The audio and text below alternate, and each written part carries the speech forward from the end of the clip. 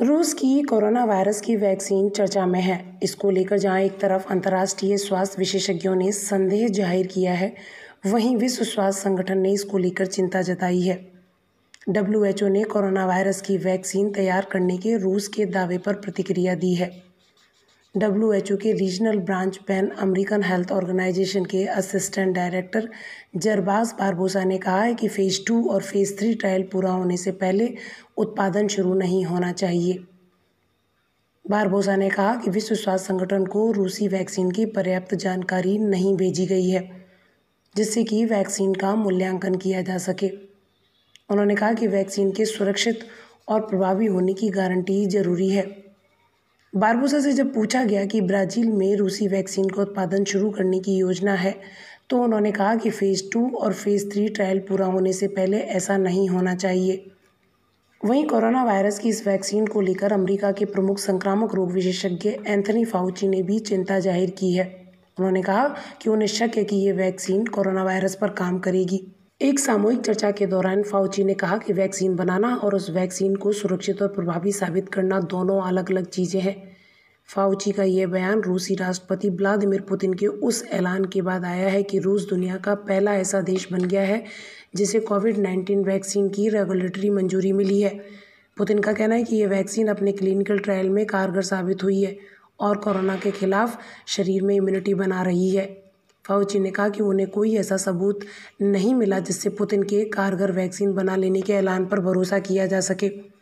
गौरतलब है कि रूस की इस वैक्सीन ने अपने तीसरे चरण का ट्रायल अभी पूरा नहीं किया है और यही कारण है कि अंतर्राष्ट्रीय विशेषज्ञों ने इस पर संदेह जाहिर किया है। गौरतलब है कि रूस का कहना है कि उन्होंने कोरोना की जो वैक्सीन बनाई है वह सफल हुई है।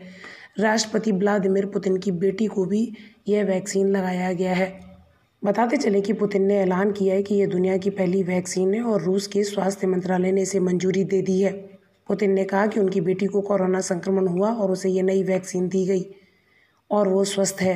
रूस के अधिकारियों ने कहा कि जल्द ही ये वैक्सीन अधिकारियों, अध्यापकों और दूसरे उन लोगों को दी जाएगी जिन्हें ज़्यादा खतरा है।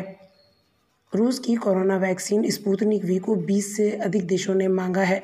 रूसी डायरेक्ट इन्वेस्टमेंट फंड के प्रमुख किरिल ने ऐसा दावा किया है। उन्होंने कहा कि 20 देशों ने वैक्सीन की करोड़ों डोजों की मांग की है। किरिल के अनुसार मांग करने वालों में लैटिन अमेरिकी, मध्य पूर्व और कुछ एशियाई देश शामिल हैं। उन्होंने कहा कि कुछ के साथ डील भी हो गई है। उन्होंने ये भी बताया कि तीसरे चरण का ट्रायल यूएई और सऊदी अरब समेत अन्य देशों में होगा। किरिल ने कहा कि रूस अब विदेशी सहयोगियों की मदद से 5 देशों में हर साल वैक्सीन की 50 करोड़ डोज तैयार करेगा।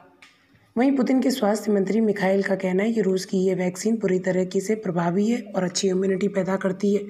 उन्होंने कहा इस वैक्सीन को लेकर जो ट्रायल किए गए हैं उसमें ये सुरक्षित पाई गई है और किसी तरीके का कोई साइड इफेक्ट सामने नहीं आया है। उनका दावा है कि उन्होंने जो वैक्सीन तैयार की है वो क्लिनिकल ट्रायल में 100% सफल हुई है।